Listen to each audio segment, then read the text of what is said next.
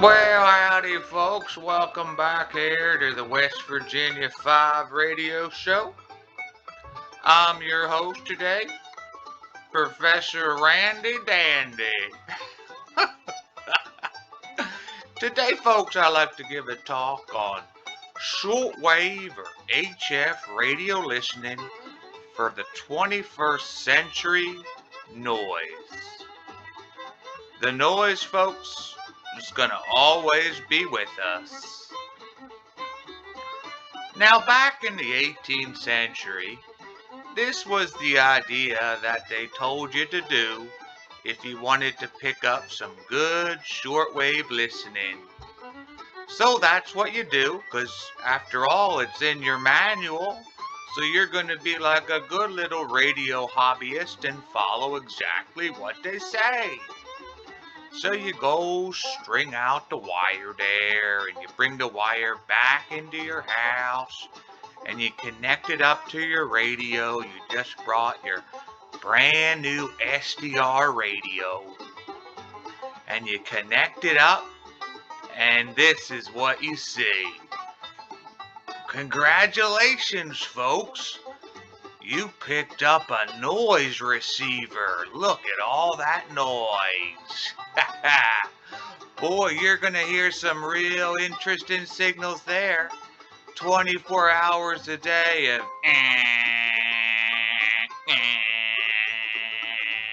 yeah.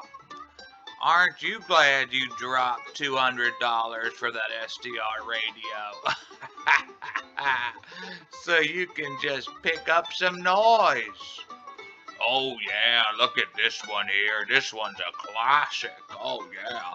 Look at all that strong noise you can listen to 24 hours a day.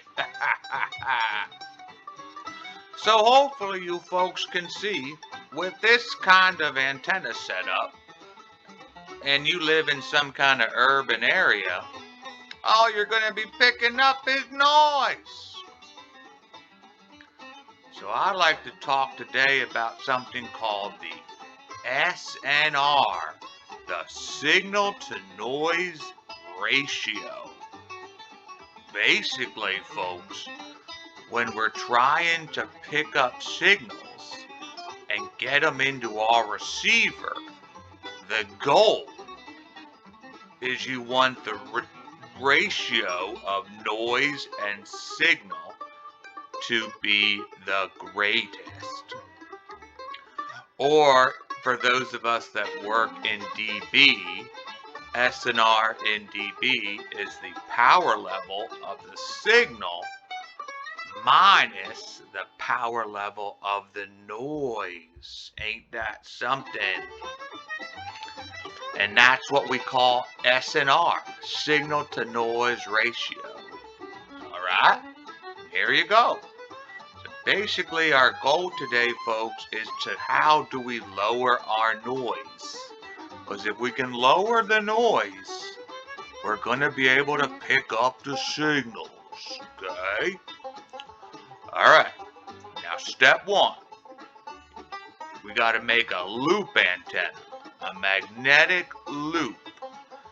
And I'd recommend buying this little kit right here. This gentleman that made this and sells this, he knows his shit. Inside that little black box is a super, super, super low noise amplifier. We call it an LNA.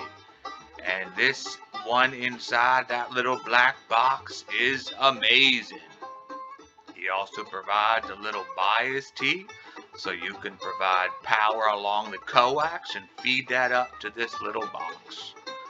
And he also includes a very nice power wart, and it's not a switcher. It's a true little linear power supply, and it is quiet. Unlike me. Alright, next you gotta go buy some copper wire.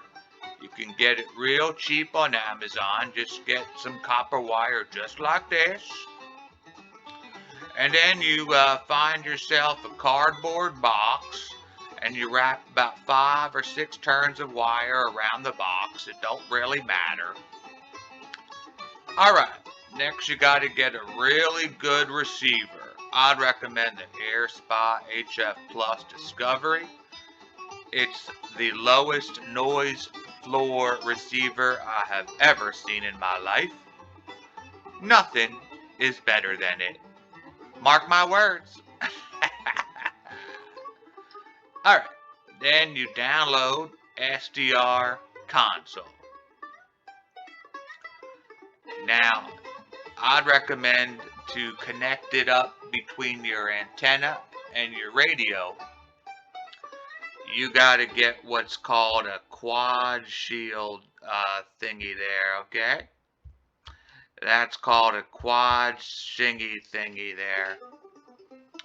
So you want a quad shield coax. Now it says 75 ohm, it really don't matter. The goal is the quad shield. And then you buy some adapters to get it all connected. But anyone that's in the radio receiver world is buying quad shield coax so that you get a minimum of what's called the common mode rejection. Alright? Now what you do, folks, is you connect everything up. And you gotta run SDR Console and look at that noise floor. And you move the box around your house or in your yard until you see the noise go as low as possible. And your goal is to make that noise negative 140 dBm or better. And if you can get that noise down to 150 dBm or better, damn. You must work for a government agency like the NSA. Let me give you a little secret, folks. All government monitoring stations, they ain't using wires. They ain't stringing wires out there, folks. You know what they're using? Loop antennas. And actually, they're using loop arrays so they can steer the beam. They're so sensitive, they can hear a 5-watt signal from thousands of miles away. That is assuming, of course, West Virginia 5 don't key up on top of them. Anyway, the goal in receivers, folks, is to lower the noise. You want to lower the noise, you use a loop antenna.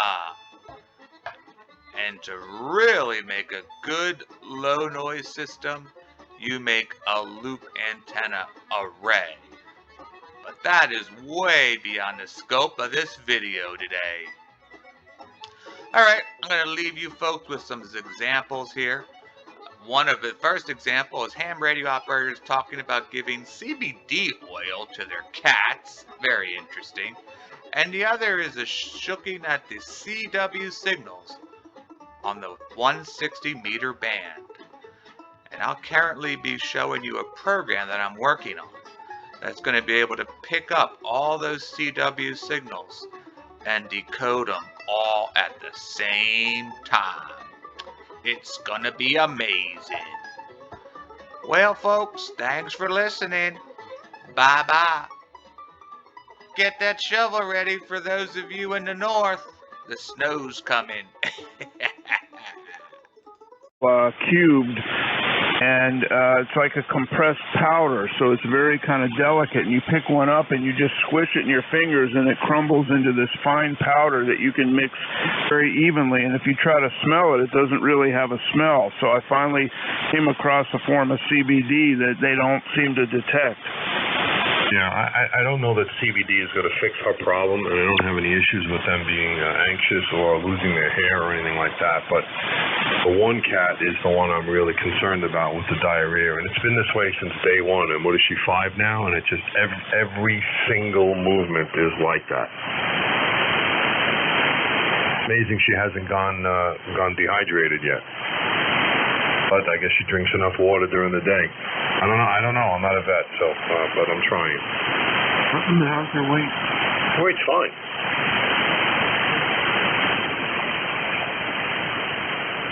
have any other behavioral issues during the day? No. No, not at all. I mean, she's just as active as the other cat. They both play. They both run around like knuckleheads, and they both bounce off the walls just like cats tend to do. And no, that's it. I mean, she eats, she drinks. The only problem is that she doesn't produce a normal bowel movement. It's always diarrhea, and it smells really, really bad. Yeah, well, this supplement may fix that, because I'm actually, now that I think about it, I haven't smelled their litter box in quite a while, as a strong odor coming from it. So there's definitely something different going on. Yeah, so I'm going to look at this here and see where it goes. We can't get it to the vet because of everything that's going on, so we're kind of stuck.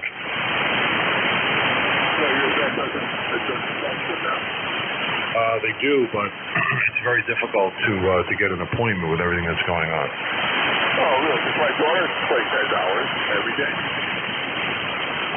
They may have hours, but as I said, it's difficult to get the appointment. That's the case. But they have very strict rules about things. Not that they're quite capable of understanding those rules, but they do anyway. Yeah. It's interesting to think about the old days. My grandfather and grandmother had a bunch of cats. They never fed them, they just threw scraps out, and they ate mice, and they never came into the house, and it was kind of a different perspective in those days.